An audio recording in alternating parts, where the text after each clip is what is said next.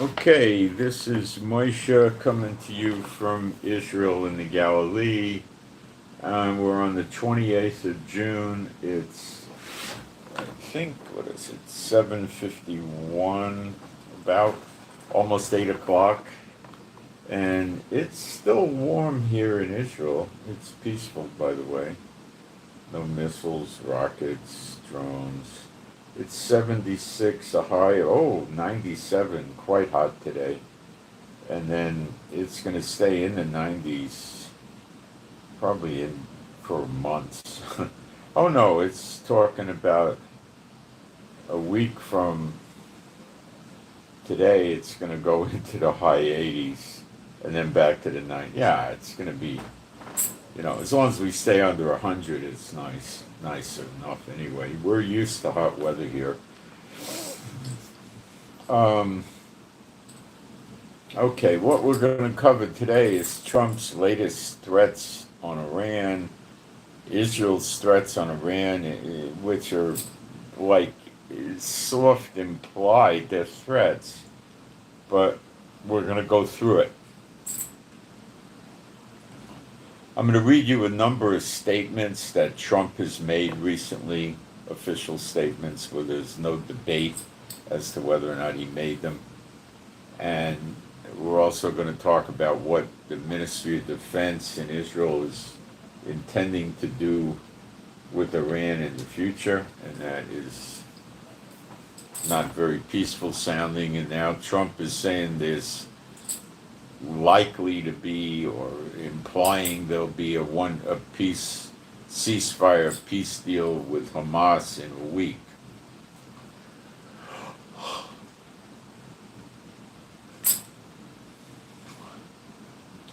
He ain't going to pressure Hamas because they won't listen to him. Hamas doesn't think there's going to be a ceasefire peace deal.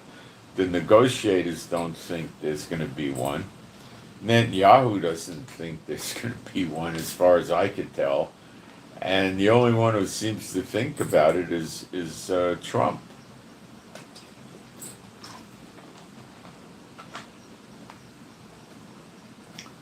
To make Hamas happy, I'll tell you what he's going to ram down Israel's throat.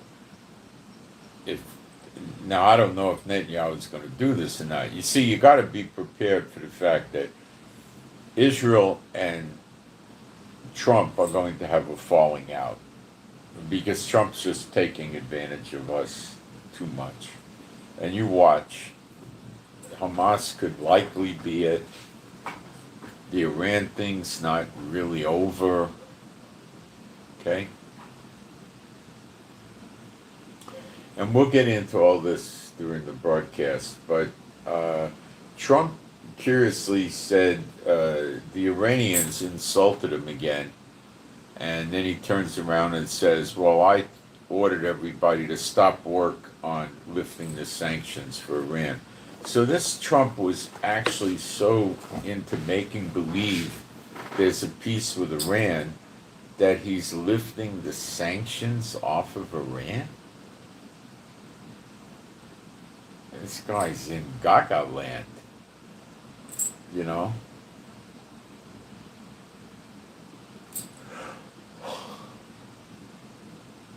So by saying he stopped the work on them, what he's saying to Iran is if you play nice and make up, I'll resume the work on lifting the sanctions. If he wasn't playing a game like that, he would have come out with a comment that would go more along the lines of there's not going to be any sanction relief for Iran. It would have taken a tone like that. All right. I'm going to go into the live stream now and make sure we got a live stream. And make sure the moderators are here and all that good stuff. And then we'll get started.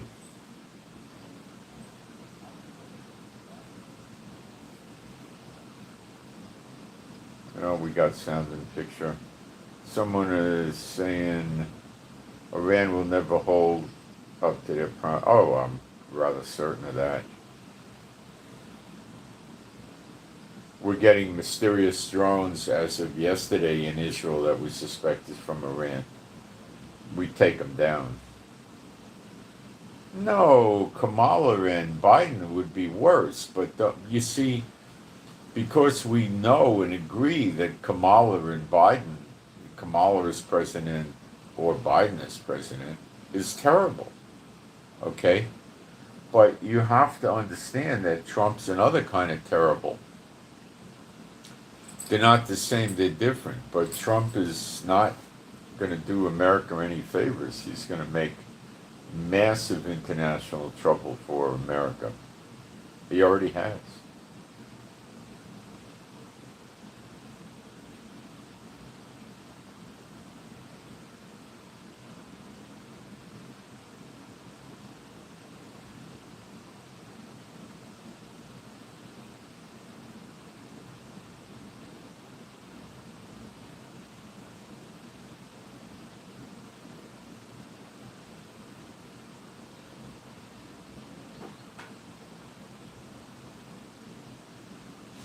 Okay, I'm going to put a very fast post up in the chat and then get going.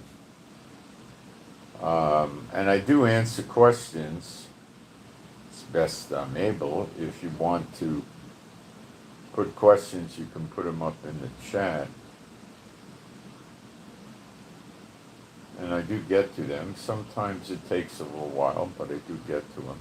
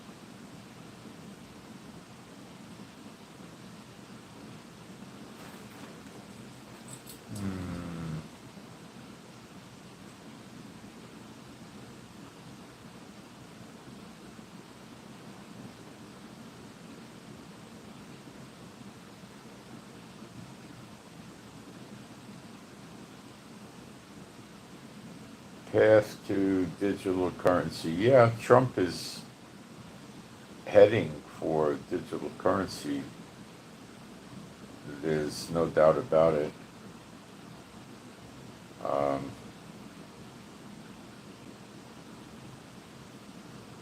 Yep. Okay. Being a Bible-believing site, Old and New Testament, we're going to do some praise. There is no God like Jehovah. There is no God like Jehovah. There is no God like Jehovah. There is no God like Jehovah. There is no God like Jehovah. There is no God like Jehovah.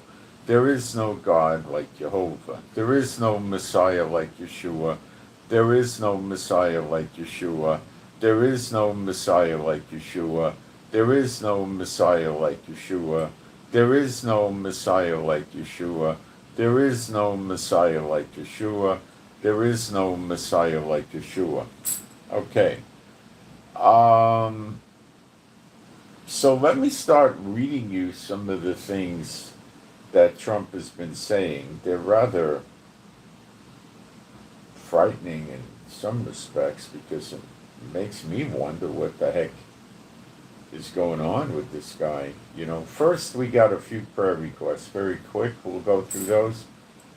AC, Alpha Charlie, AC, Alpha Charlie. The prayer is that AC returns to Jehovah for AC.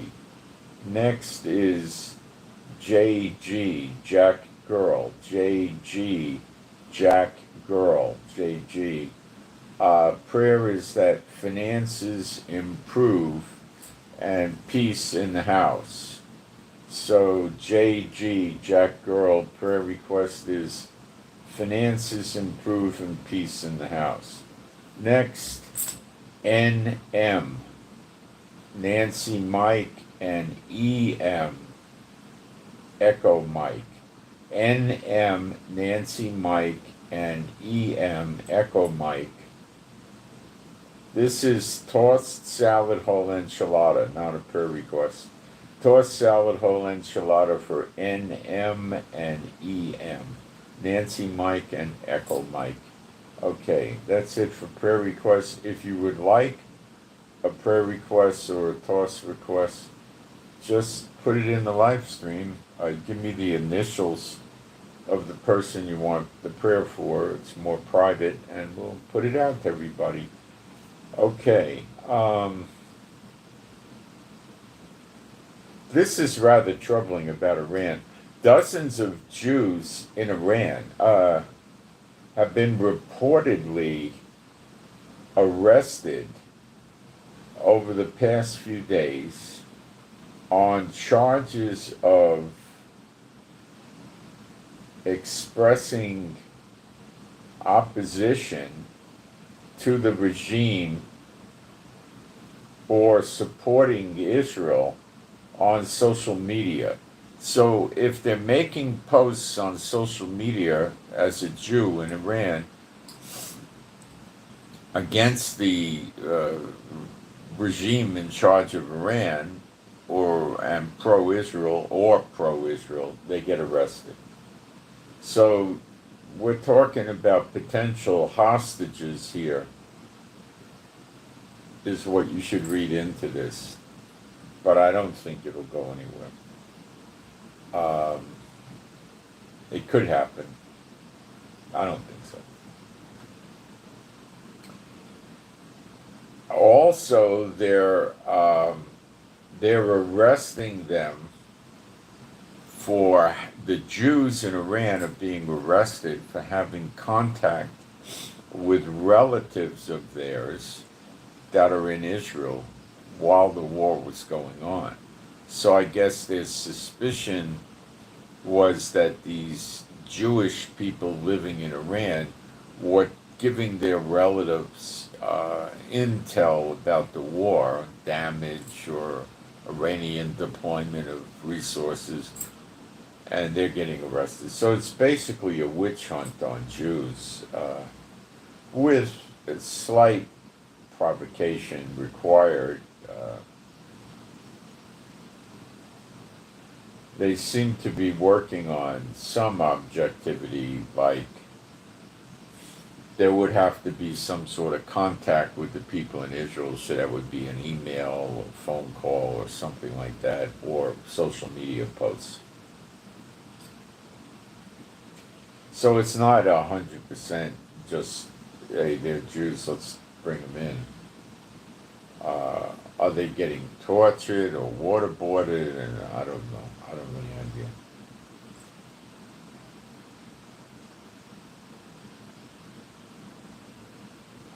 There's reports that the Iranian regime is arresting rabbis and community leaders from the Jewish community in Iran on suspicion of ties with Israel. Now they're arresting them for suspicion with ties with Israel. See, this could be something they're getting scared that they might need these people for hostages as a backup. It could be the case, but it's also just the general persecution against the Jews, and there's nothing old about that. That's all standard operating procedure throughout history. So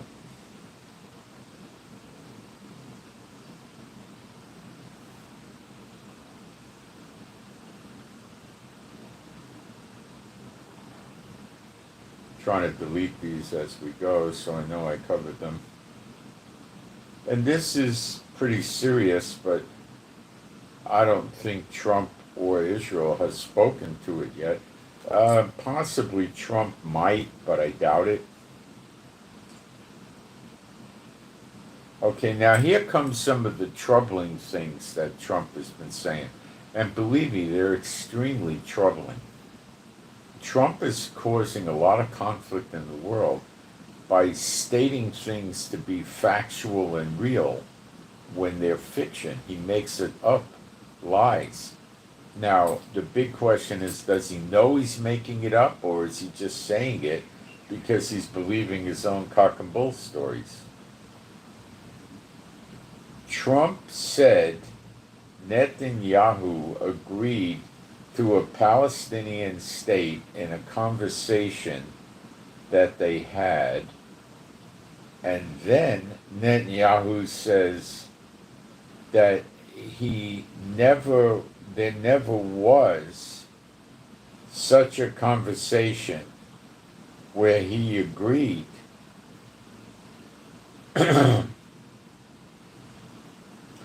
that he ever said that. Now, somebody is lying, and I don't think it was Netanyahu. He never goes around saying, "Oh, I'm going to do a two-state solution." You know, Trump is doing it, I believe. That would make Trump delusional.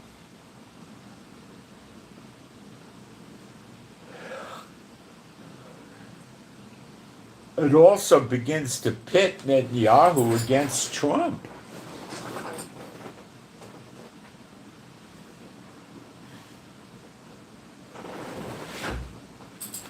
He's calling Trump a liar.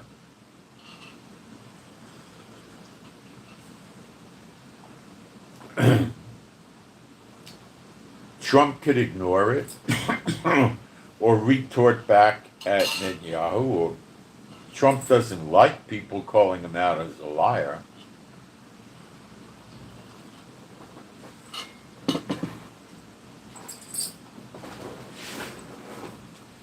Even if he is a liar. This is the beginnings of the break between Israel and America. Believe me, it's in the scriptures. It says America will do evil in our sight in Jeremiah 50:51. It uses the word daughter of Babylon or Babylon, but that's America.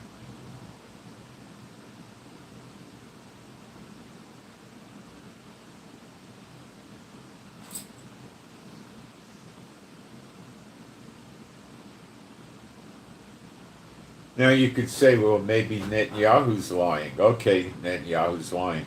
My point here is that America and Israel are ready to have a big falling out. Because if Netanyahu's the one slinging the lies, it takes us to the same place, a big falling out.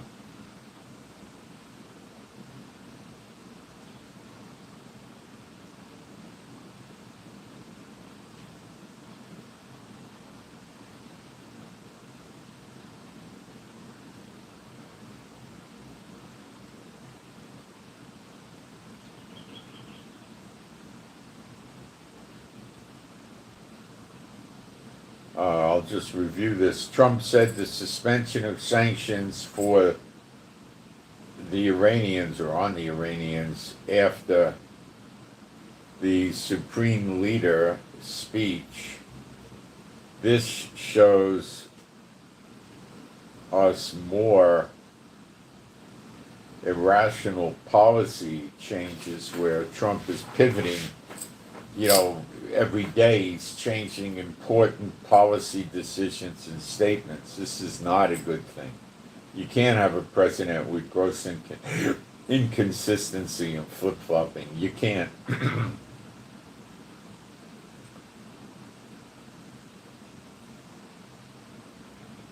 He's getting blown around from the left hand to the right hand. He doesn't know what to do.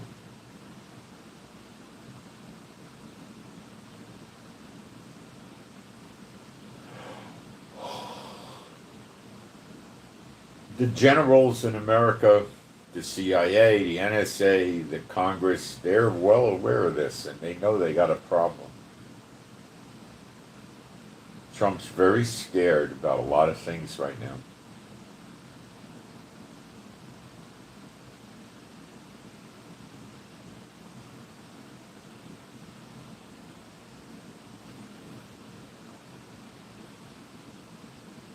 Trump said, since Khamenei, Ayatollah Khamenei, the supreme leader of Iran, didn't thank me for saving him from death, I'm canceling the easing of the sanctions on Iran. Okay, so here he said he's stopping it. Okay, that's stronger than what he said in another place where he told the people to stop working on it. So he ended it. Now, he's saying that he stopped Israel from killing Khamenei. I think Israel kept trying to kill Khamenei till the end, and they just couldn't get him. I don't think Trump ever stopped them. They asked Hegseth about it just before the ceasefire came into effect. I think it was maybe 2 days or so. And Hegseth, they asked him about who, Israel killing Khomeini. And he said that decision is basically up to Israel. He wasn't trying to control it. So I don't think that Trump was calling that one correctly. I just think Israel couldn't get to the guy.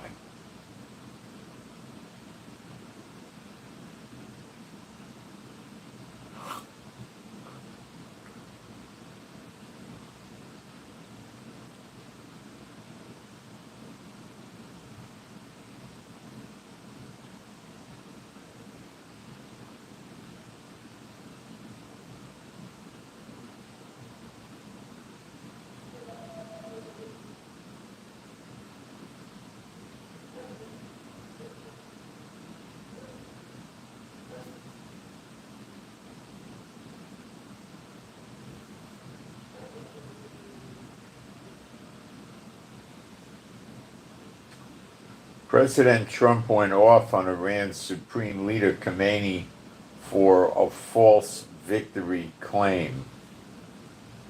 He goes on, his country was decimated, his 3 evil nuclear sites were obliterated. Well, they have a lot more than those 3. And I knew exactly where he was sheltered. We did too, but we couldn't get him. We tried. It was too far down, I guess, and would not let Israel or the U.S. armed forces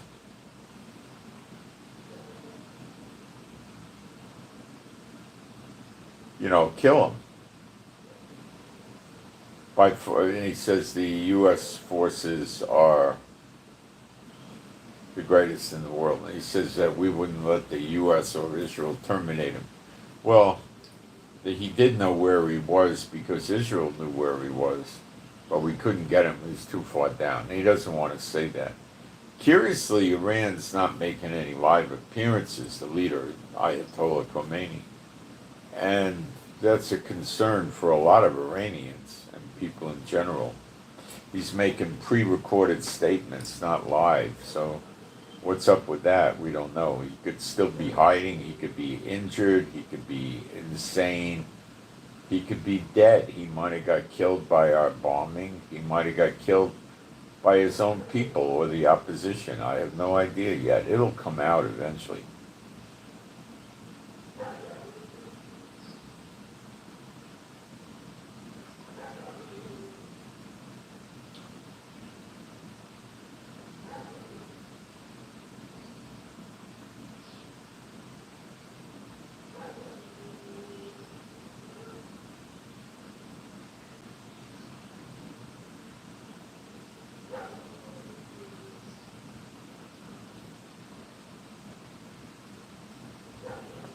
The fires in America are burning with evacuations. I put them on my Telegram. there's a lot of it going on, and that's, I'll find the scripture for you on that for America. And the people in America are not aware of this. They're not dealing with it. And it's not going on.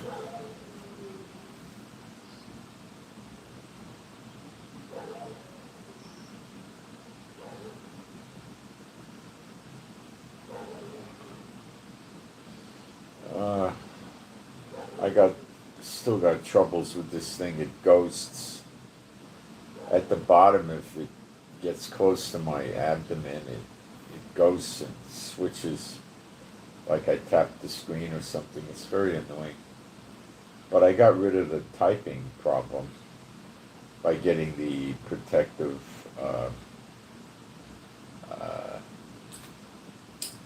cover off it, so it's workable now.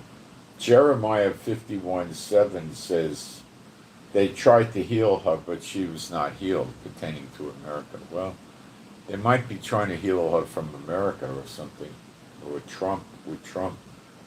Jeremiah 51:46, ruler against ruler in America. Well, it sure looks like they're going to come against Trump, doesn't it?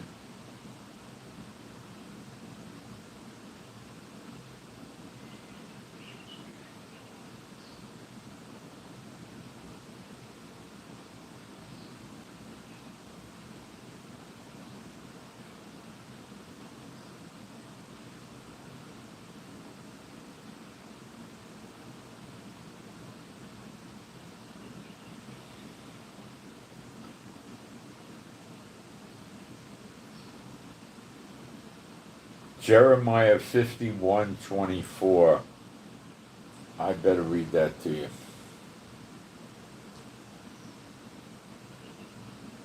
Now, it might not be Trump. Trump could get assassinated, die, resign, get arrested, I don't know, anything.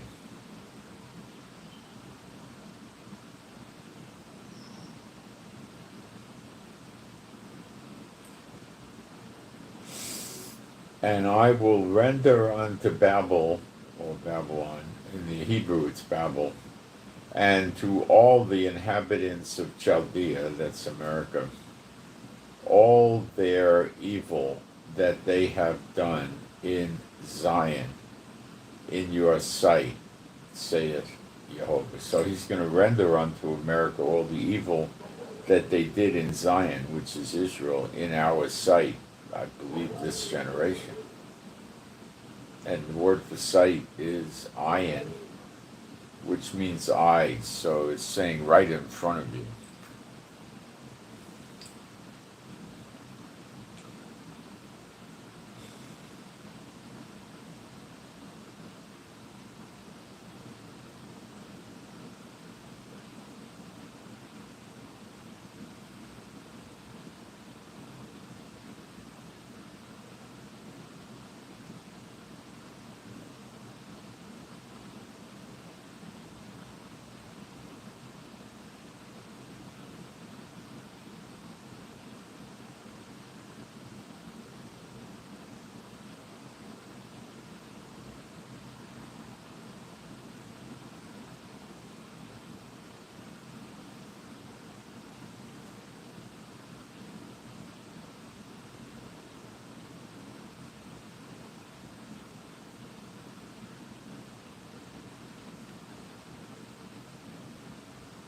I'm digging for these other scriptures. It's going to take me a couple of minutes, but not long. I got them in my notes somewhere. If I can't find them, then I'll have to just pull it up.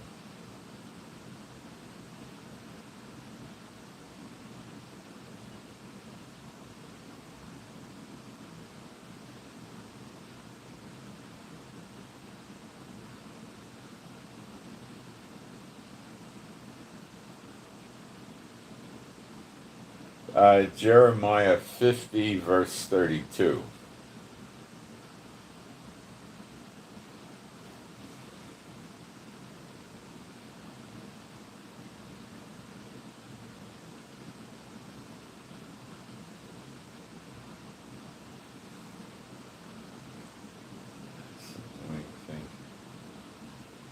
No more Apple products.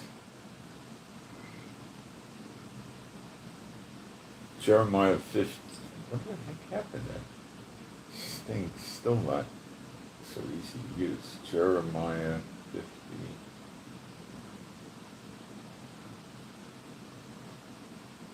32. And the most proud shall stumble and fall, and none shall raise him up, and I will kindle. Now, you see, the translation is a little bit goofy in the English, every English version, but Hebrew doesn't go into English so great.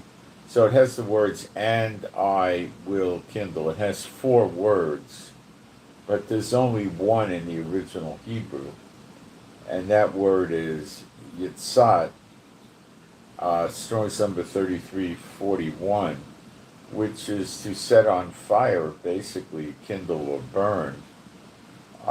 Strong's, just, what does Strong's say for it?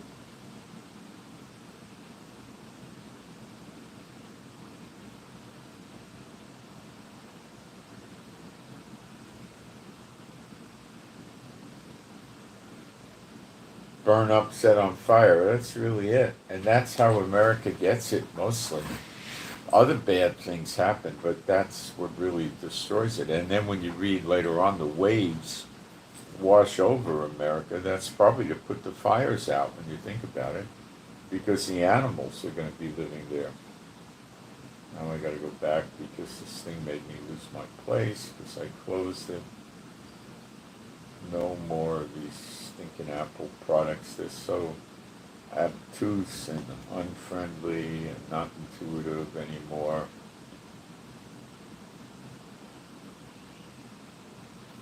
They started out good. They were better years ago. The only problem you had was the electrical system, but now it's just all kinds of problems with them.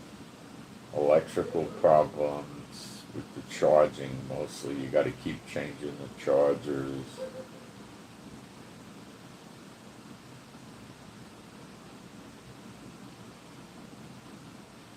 Very annoying.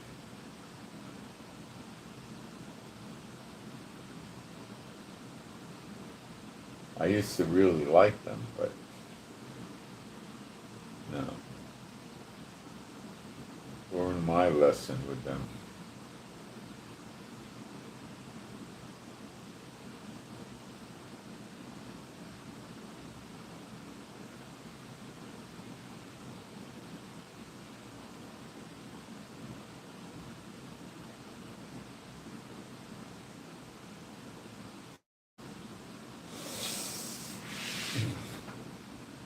Sorry, it takes a little bit of time to look this stuff up. Oh, lost it again. So big of a product.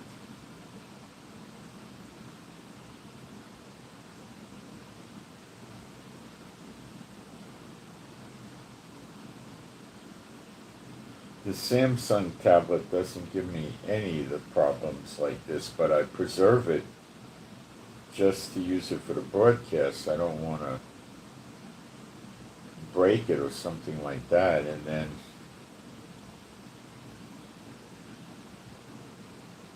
it hurts the broadcast ability, and so I don't use it for this kind of work.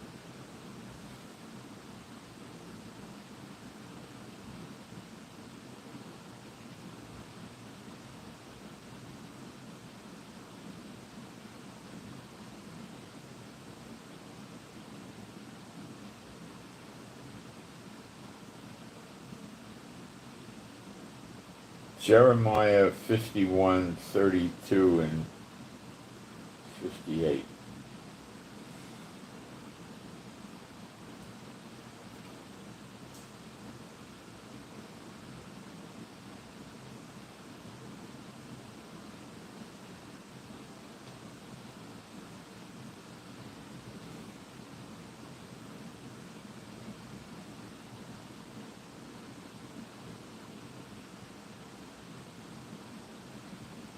Jeremiah 51:32, and that the passages are stopped and the reeds they have with fire, burned with fire, and the men of war are affrighted.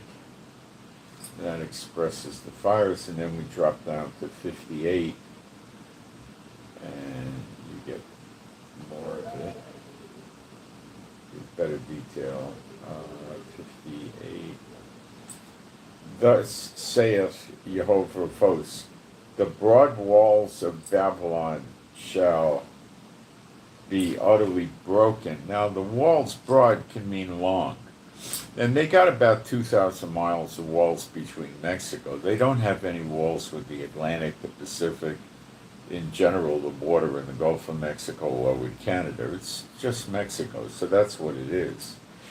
They'll be broken. They'll probably drive trucks and things through them, or blow them up, or shoot them with missiles or something. Be utterly broken, and her high gates shall be burned with fire. Let's check the word for all this. Gates is 8179 in Strong's. Sha'ar.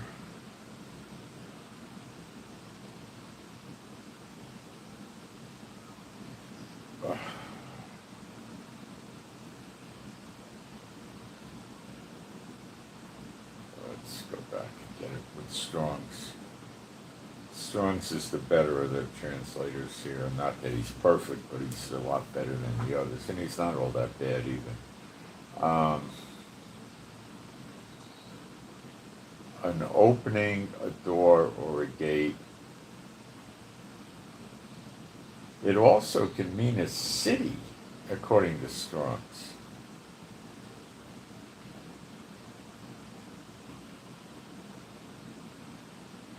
No, wait.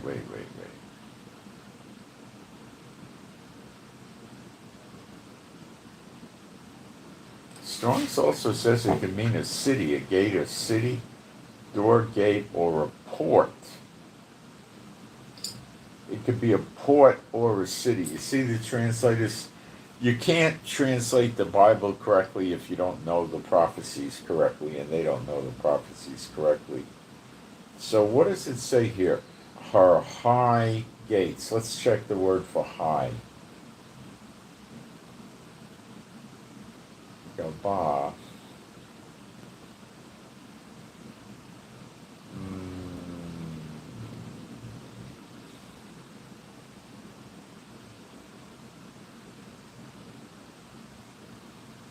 It can mean elevated, powerful, arrogant, haughty, high, lofty, proud, exceedingly proud.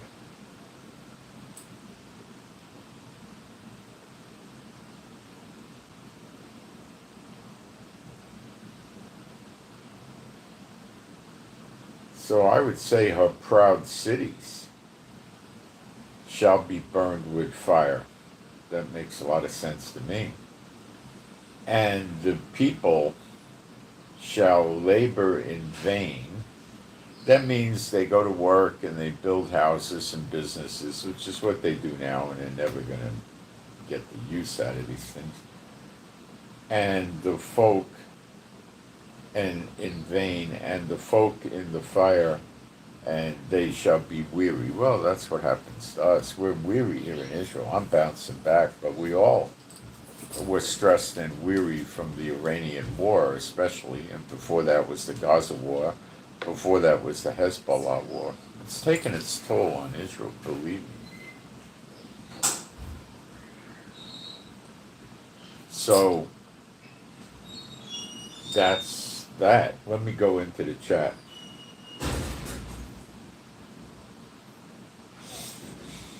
There's a lot of people that just refuse to believe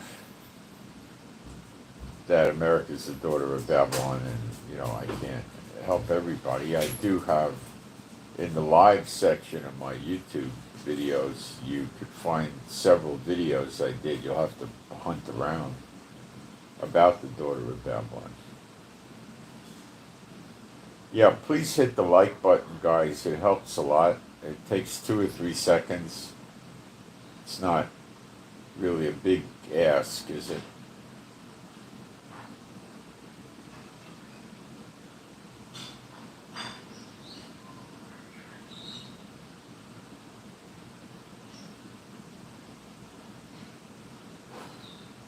Okay, let's get back to what's going on with the Donald.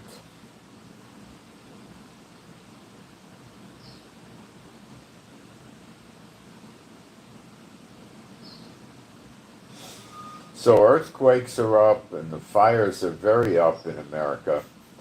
I should go to firemap.live. It's not precise or exact and it doesn't give you the count, but it gives you a good idea. There used to be a great site that had all the count and the severity of the fires, and I used it for years to point this out to people, and then all of a sudden someone came and bought them out. It's like a non-profit. Who the heck would buy them out? If somebody didn't want us using it.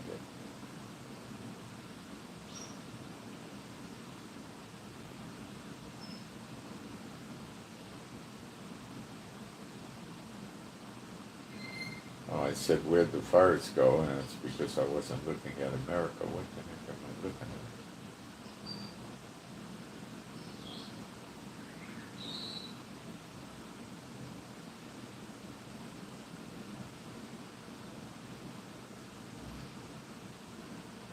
That's Europe.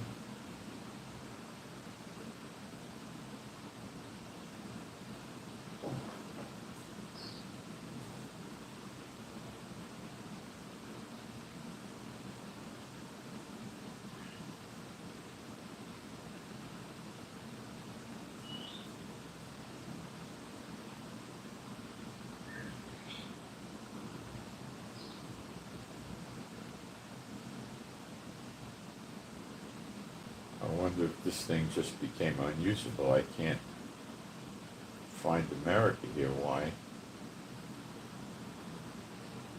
Oh, there it is. Okay. So what I see, if I put it up against the screen, you're probably not going to make out too much. Lots of fires in Alaska and dropping down south towards America. Lots of fires there, and in northwestern Canada there's a lot of fires, quite a bit. And when we drop into America, we see, actually we're not seeing that huge amount of fires now in America. There's a few doozies popping up with evacuations, but I'm not showing overall that many fires inside America other than Alaska. And Canada's got a lot. Okay, so that's what's going on with that. Not as bad as I thought, but still bad. All right, let's go back to the Donald.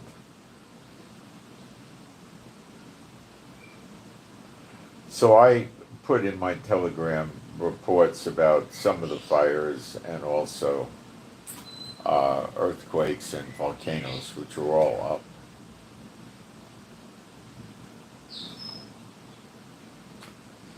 The Iranians deported 120,000 Afghan refugees, I assume back to Afghanistan, and it appears to be for economic reasons and happened right after the war stopped. So they lost their piers and ports where they send a lot of oil out.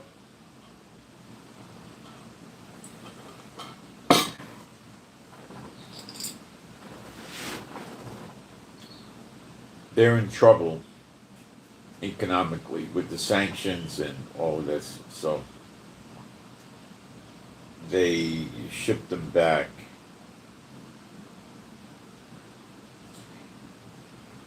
Well, that's what happened. Beyond taking this to another level is probably not relevant. I don't know what'll happen with that. Probably not.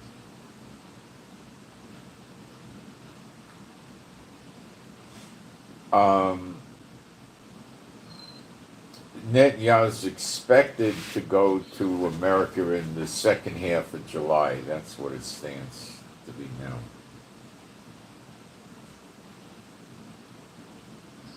Now, let's talk about what our Defense Minister Katz said about Iran. I'll break it down to you and show you it does have some uh, war fighting implications in it.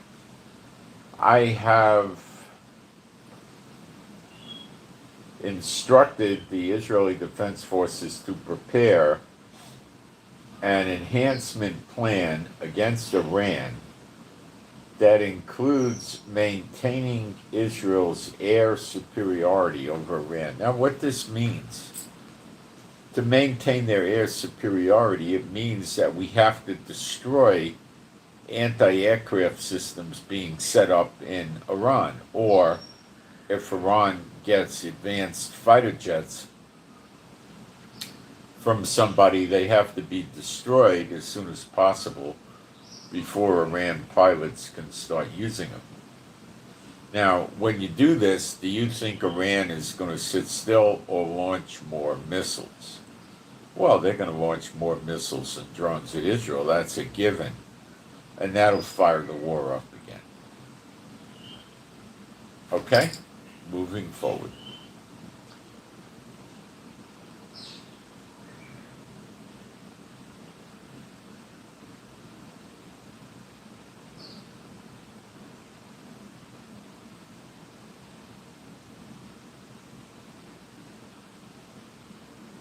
There's more.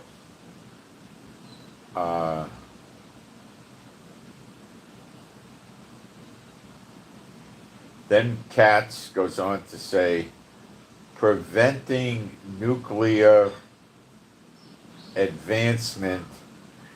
So he's going to keep blowing up the nuclear facilities if they keep working on them, apparently. That's what that means. And missile production. So he's going to keep attacking the missile production and storage facilities. And responding to Iran for supporting terrorist actions against the state of Israel, and will act consistently to thwart such threats. So when Iran starts backing the Houthis, which they're doing, so the Houthis attack us, they're going to start holding Iran responsible again. So basically, I told you Netanyahu hates Iran's guts and wants to destroy them, and this is what he's going to do.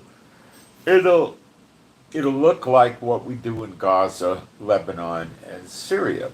When we see anti-missile systems pop up, we attack it. When we see missile systems being moved around and set up to attack Israel, we attack it. That's what they're going to do. And we also attack factories that make drones and missiles, and storage facilities for drones and missiles. And we take out radar. And that's what Israel intends to keep doing to Iran. And you know that's going to light the war up again, right? How could it not? They got Iran in a weakened position, and they want to keep it in a weakened position. But Iran will not tolerate that. As soon as we do a preemptive strike on something like this, Iran will rise up and start attacking us again and resume the war. And what's Trump going to say? You idiot, Netanyahu, what'd you do? The falling away between Israel and America approaches, believe me.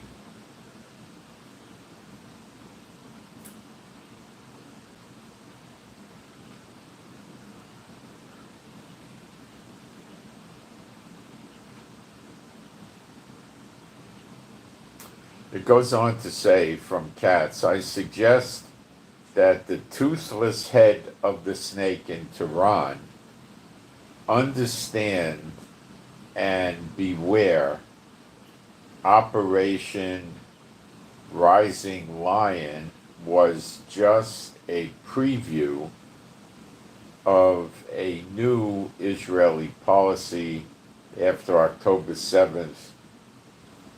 Immunity is over.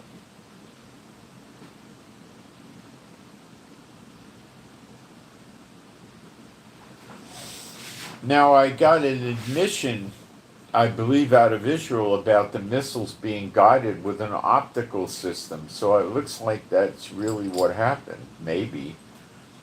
What does it read like? Iranian channels affiliated with the regime claim that this is a video. I put this on Telegram, okay? There's a video of one of the ballistic missiles launched at Israel during the war, just before it hit the ground. They claim that it is probably a Qasim type missile equipped with optical equipment for precision targeting. There you have it.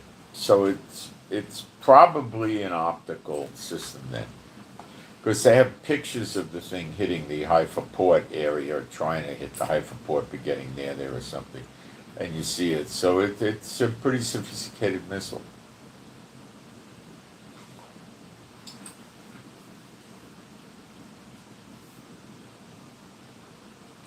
All right, let's check our chat. So I finally picked up something about how the missiles are getting in. I couldn't get anywhere with it, but now we got somewhere with it, so I keep getting a good idea. So you're going to see a falling away between Israel and the United States. Trump may get assassinated, may die, may get impeached, may get locked up, may resign, may have health issues, who knows? It could happen, it may not happen, it could happen. And then we get Vance. And we don't know how Vance would deal with Israel, do we? No.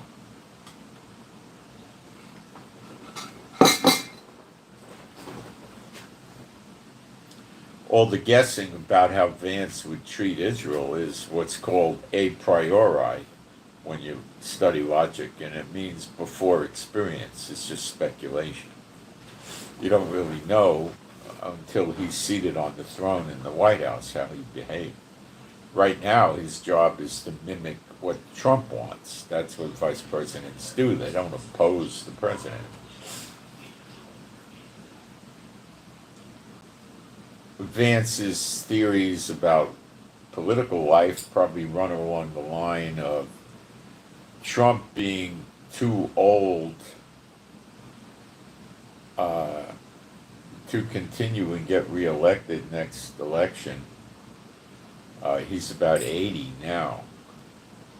So, let's get real. Trump's going to just continue for perpetuity, So I'm not saying that this will happen. Prophetically, time won't allow. What I'm saying is that this is what Vance thinks.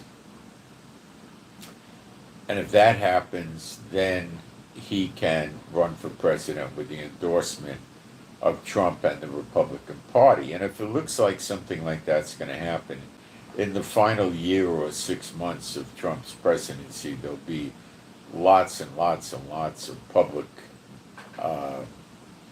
publicity in a positive way on Vance. That's how they would do it. The other theory could be that Trump may get Congress to let him have a third term, and then Vance would ride as vice president because this is just his first term. He doesn't need Congress to say anything about that. So this would be his first term as vice president. Then if this ever happened, which prophetically never going to happen, no time. But if it did happen, then Vance would be the vice president for a second term, and then he'd be a pretty good shoo-in to run for president, unless Trump wanted to run one of his children.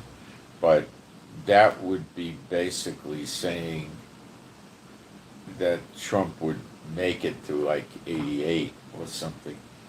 Trump looks like he's quite heavy. Not so much anymore. He may have dropped some pounds, but he's generally pretty fat looking, like 300-pounder, you know. So we don't know what's going to go on with this guy. But in my opinion, Trump has cracked. Okay? Yes, he took a lot of stress. He took assassination attempts by Iran, no less, was the talk when it happened. And he got convicted of 30 or 40 felonies and came very close to going to prison. And he had other bad cases that he got disposed of. And he started doing his tariff war and failed at it. He doesn't talk about the tariff war much anymore, does he? No, it's a failure. Hurt the economy, though. He stopped talking about a tax on the Federal Reserve Bank and doing digital currency, but he has a strong desire to do that.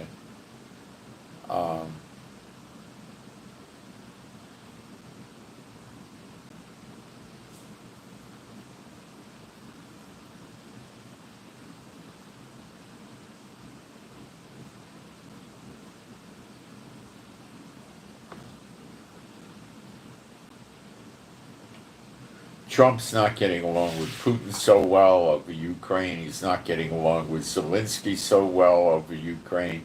He's not getting along with the EU so well over tariffs. He's now getting along better with NATO because they went to 5% of their budget to feed NATO. So now Trump's getting all high on that. We'll make NATO great again. Well, yeah. They were giving, 1% or so of their budget, so they go up to 5%, that means NATO would be swimming in money and be able to get a lot of advanced equipment, which could help Trump. Like, what would they buy? Well, they could buy F-35s, or they could buy Typhoons, or Eurofighters. There's different planes they could get. Then they would buy more radar, and they would probably get to the point where they would buy a lot of missile takedown systems, which could mean get the Patriot from America or buy Israel Iron Domes. But, if you're talking about a country, I don't know, like let's take the UK or something, right?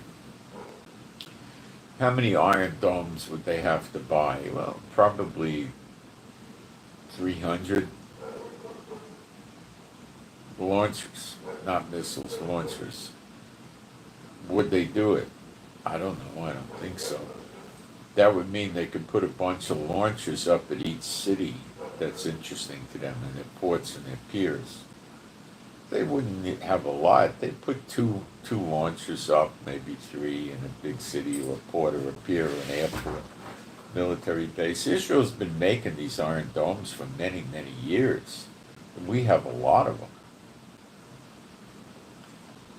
And then the system works when you use the Iron Dome with the Arrow and the David Sling and the THAAD. That's 4 different missiles.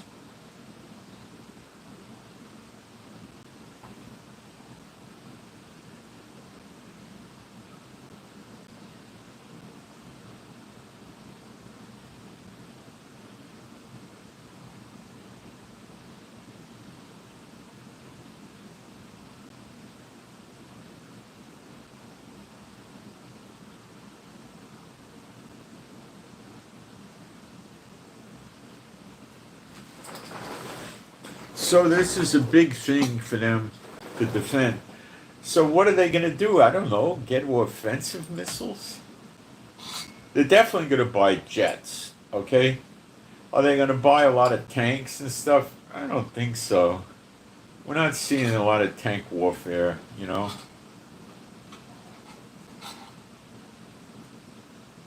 A lot of missiles. And probably a lot of anti-missile defense systems, anti-aircraft defense systems, and probably some radar, although I don't think they're going to go overboard on the radar. Are they going to put bomb shelters in the houses like Israel did? No, I don't think so. I don't know of any country talking about it. Will they put community bomb shelters up underground? Yeah, that they'll do. Some countries will.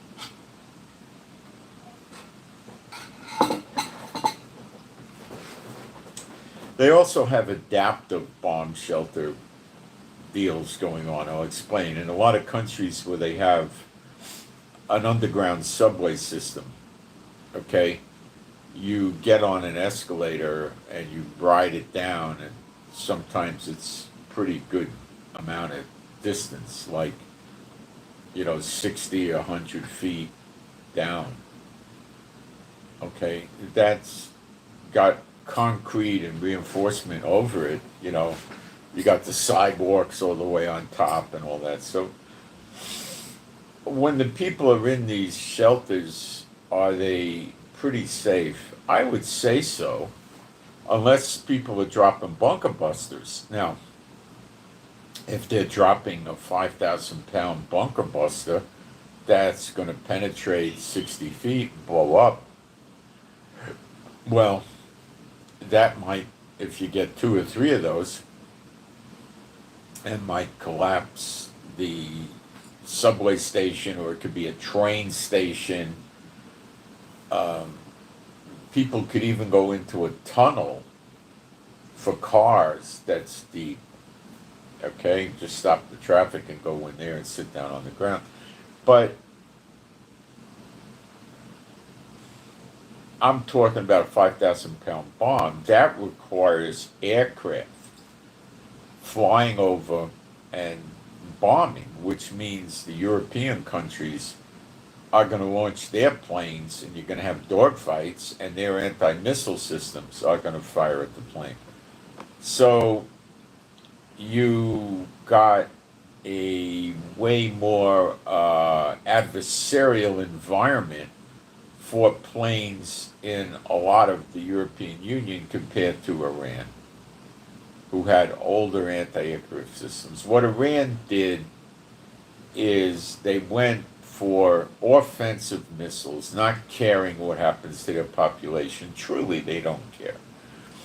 And they were using that as a deterrent, and it didn't work too good on Israel. But they did manage to get not 5% of their missiles through. When we did the total count, we came up with an 83% takedown rate. In other words, 17% of their missiles got through. With their drones, believe it or not, I think it was either 100% takedown or 99% takedown. I can't remember any drones getting in and causing damage, but the drones are easy to take down. Why? They use fighter jets to take them down. The F-15 can carry 41 little missiles that'll easily take down a drone. They're usually a 2 3/4 inch missile, which is more or less a rocket, But a drone's easy to get. You could shoot it with an AK-47 or probably a 357 Magnum and bring it down.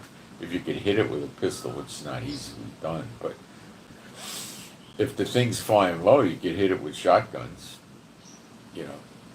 But moving along, if you hit it with a shotgun, you might be close enough to get the shrapnel and the blast. I don't know. Depends on the size of the explosive in a drone. So, they're dropping the 2,000-pound bunker buster and 5,000-pound bunker buster bombs in Europe and America is, not their concern. Now, with America, it may happen if they get air attack, not missile attack. But the predominant or the main concern is not aircraft flying and dropping big bunker buster bombs, because they're not going to take 2,000 or 5,000 pound bombs and concentrate on attacking civilians in an underground train or subway station, they're going to concentrate more on attacking military bases and infrastructure. You know what I'm saying? So this stuff is not likely to happen. So would going into a subway or a train station or a tunnel in a mountain or something like that, would that work? Yeah, I think it would protect you from the missiles. I do. A missile might have a big warhead, but it doesn't have a penetrator on it. In other words, to make it penetrate, it has to have thick, heavy metal, the whole thing, and that is tremendous weight. And a missile can't fly with that kind of weight. Now, what they might be going for is carbon fiber missiles soon.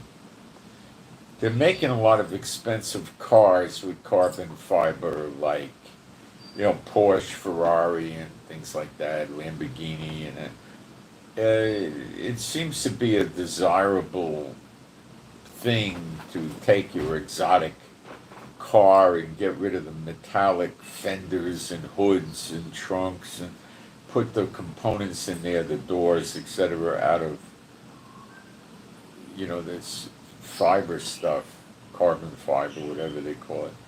And the big advantage of that is you get reduced weight. How it is in an accident, I don't know. In the old days, going back to the 30s and the 20s, the cars were, in a lot of ways, unsafe. I'll explain. They didn't have the kind of brakes we have today. They had brakes with a cable. You heard me, a metal cable. And when you pushed your brake pedal, you only had one brake pedal. You didn't have four. You had one. It would pull those cables, and it would cause the brake to stop, but they were drum brakes. They weren't disc brakes, so they weren't as efficient, and they didn't function very great in the wet. You had to pump your brake to cause heat to dry the water off, and then the brake would run better. So a lot of you guys are not old enough for that, but when you drove around, even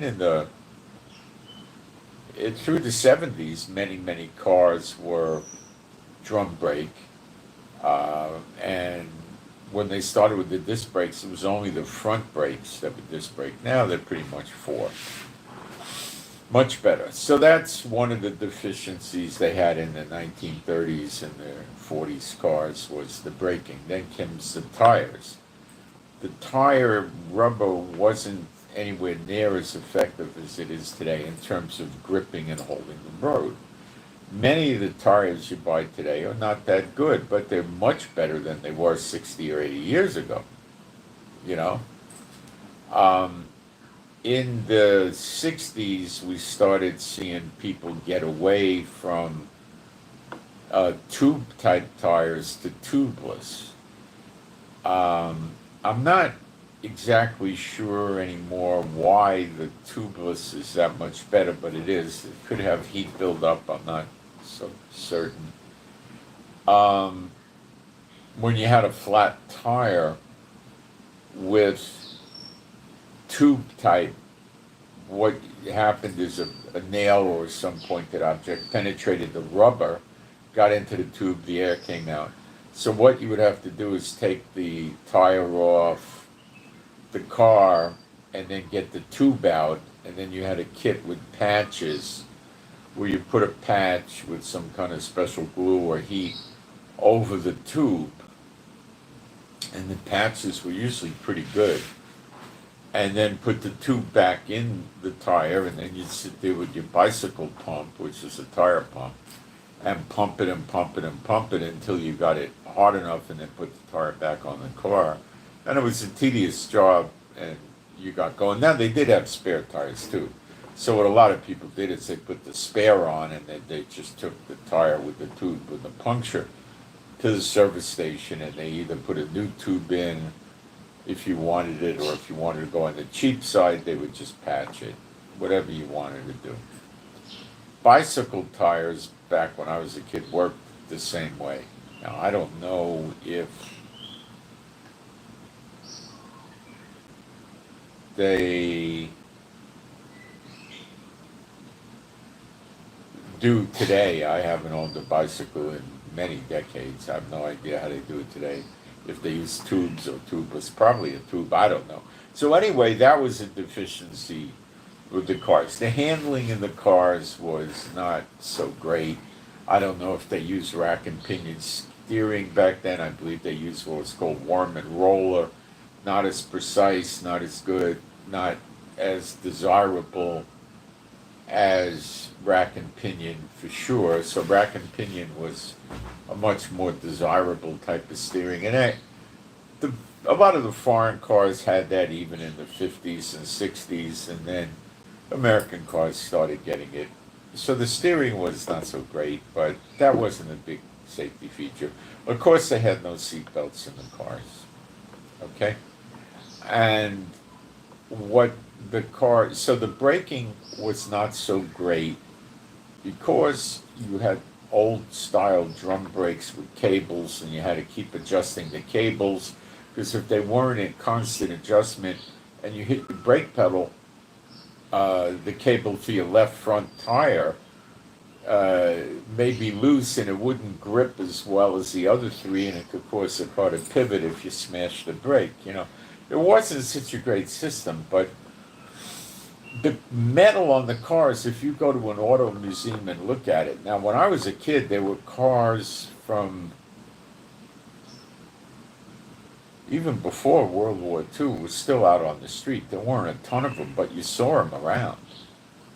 And the metal on them, now the 40s cars had thick metal, but the 30s cars, the good ones, they had, I would say the metal it was not a half an inch, but you know something? If you looked at the expensive cars, they had an exposed wheel and they had a fender over it, like sports cars. That fender could have been 3/8. I'm sure it was at least 3/8, if not a quarter of an inch. Where today it's probably an eighth of an inch.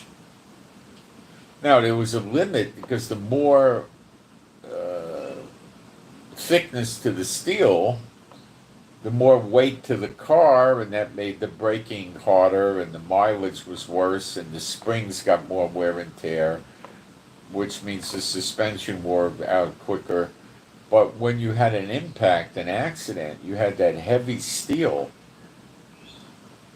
it really helped. And even though they didn't have the seat belts, I think it helped a lot. Also remember, a lot of the people weren't barreling around at 70 miles an hour because they didn't have the interstate system built up in America, and they didn't have the Autobahn and stuff like that in Europe. So people weren't driving that fast. They were probably going 50, 45, 50 most of the time. And they had an impact with all that heavy steel. I think it saved the day. And the bumpers they had were really thick. They could have been a half an inch or probably at least 3/8. And they were big, heavy, secure bumpers, and that took a lot of the impact. I think if you had that kind of a car today with the steel like that, and you had the modern brakes, and you had the modern tires, and you had seat and shoulder belts, the accident level would be markedly lower, except the problem is when you hit a car that didn't have the heavy steel, you'd demolish the car. So it's a crazy thing, but the cars weren't that dangerous, especially the more expensive ones, like the Duesenbergs, the Cords, the Cadillacs, the Rolls Royces. They had a lot of really good cars then, and there was a lot of convertibles, because you didn't have carjacking and thieves back then. You didn't have people cutting the top open and putting their hand in to see what they could steal and open the door. So there was a huge amount of even into the 70s in America, which is now, 55 years ago, the early 70s and the late 70s, there was a lot of convertibles. Even in the 80s and 90s, they still had a lot of convertibles. No more, I don't think. But when you go back to the 50s and 60s, the convertibles were tons of convertibles. People routinely bought them. Cars didn't often have air conditioning. So if you took the convertible, this is what you could do. The rear window of the convertible was a soft plastic, and then later on it was, or in a lot of more expensive cars earlier on, they had a glass window and it had like a zipper in the canvas, and you could open the zipper and lay down the glass window. It was a hard window. So when you had your four windows down, and you had that back window in the convertible top down, and you had the top on closed, the draft that you would get through that car when you were moving, even at 25, 30 miles an hour, was pretty good. It was cooling. Another thing they did back then is they put little fans like this, or even like this in the car, and they would blow on you. They were effective. A lot of trucks had that, you know. So the cars were altogether different, you know. Interesting. And what's really interesting is, you know, when you get on the airplanes in the 60s, the jets, they flew at the same speed as they do today. And there's something weird about that. Why couldn't they get it better? They did with a few of the jets, like the Concorde, but I don't get it. They didn't want that for some reason. I don't know why. The military planes fly as fast as the Concorde did all the time. The fighters, not the big ones. So I don't understand why they didn't do that. There's theories about the efficiency. I don't know. Maybe they felt that 550 miles an hour is plenty. There was a lot of problems about breaking the sound barrier. They didn't like that because of the booms. I don't know. That's my discourse on the cars. But you know, back in the early 1900s, even before 1920, going back even earlier, they had cars that ran on water. You can go. Jay Leno's got one in his museum. He shows you how it operates, and you could go to YouTube and find videos showing you these things, advertisements from them back then. They had a little heater in the car that ran on kerosene or gasoline, and you know, I mean, the thing was, you know, it was good size, you know, like an industrial coffee machine in a restaurant, you know, something like that. And you put several gallons of water in it, and you had to light a burner, and you turn your gas up, and it would create a fire, and in a few minutes you heat the water, and then you would get steam. So you were burning fuel, but nothing like a car. You were burning kerosene, which is pretty cheap, or some other kind of a combustible. It could be gasoline or diesel or whatever you wanted, I guess.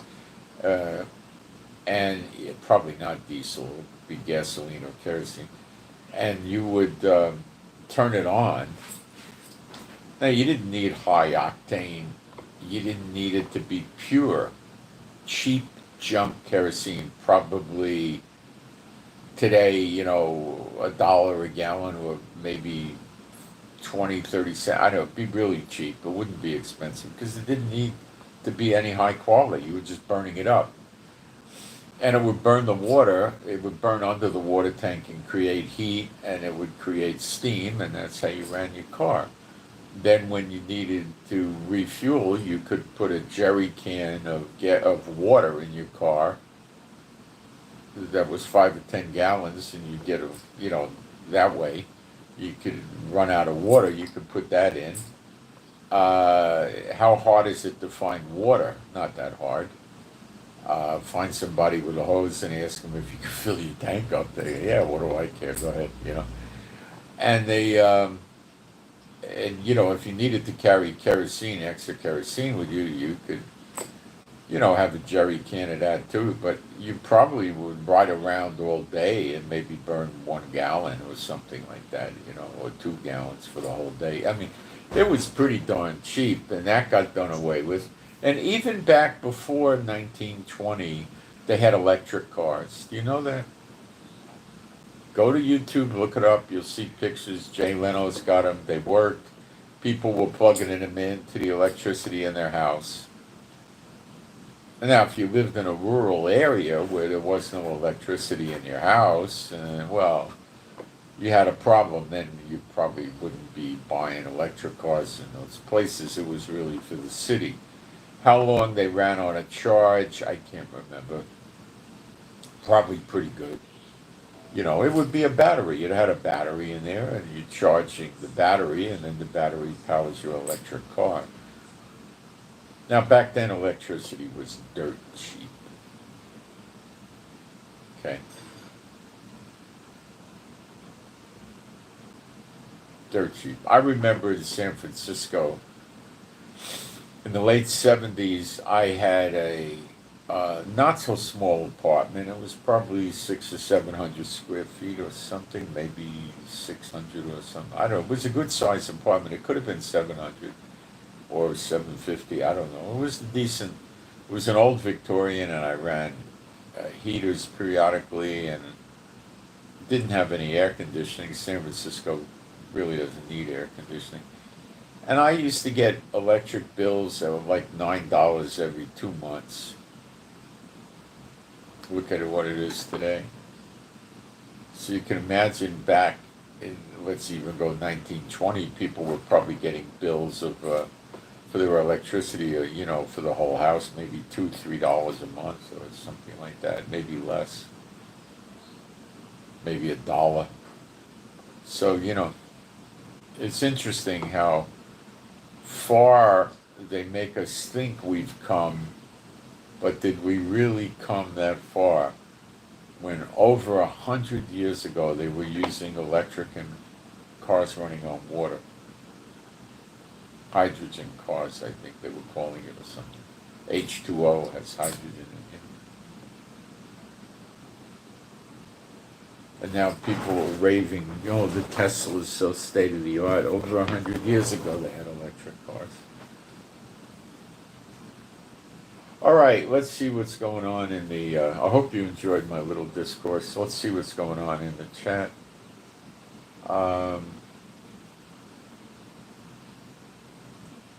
Any questions? Please hit the thumbs up button. It's the least you could do. It takes you 2 seconds. Thank you. Well,